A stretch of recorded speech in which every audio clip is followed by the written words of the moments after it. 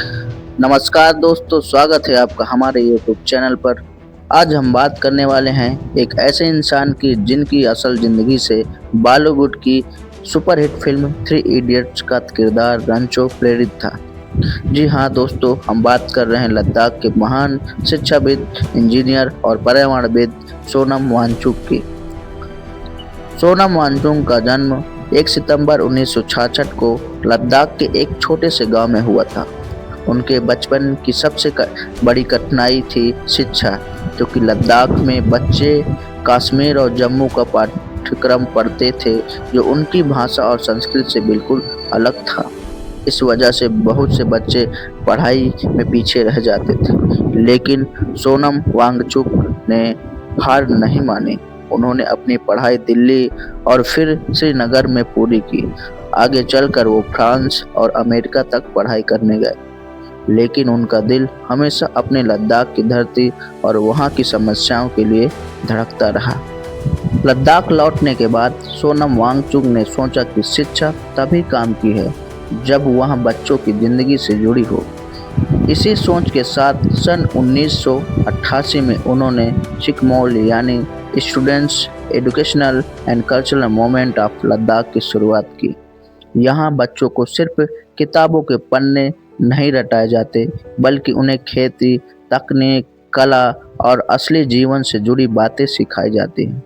चिकमौल का कैंपस पूरी तरह से सोलर एनर्जी पर चलता है और वहाँ बच्चे अपने दम पर सब कुछ मैनेज करते हैं। सोनम वांगचुक की सोच थी, शिक्षा वो जो बच्चों के जीवन जीना सिखाए, ना कि सिर्फ डिग्री लेना। पर्यावरण और तकनीकी में सोनम वांगचुक का योगदान क्या रहा है? दोस्तों, सोनम वांगचुक सिर्फ शिक्षा तक सीमित नहीं रहे, उन्होंने पर्यावरण और तकनीक के क्षेत्र में भी बड़े प्रयोग किए। पहला प्रयोग उनका था आइस स्टोव। लद्दाख में गर्मियों में पानी की बहुत कमी होती है।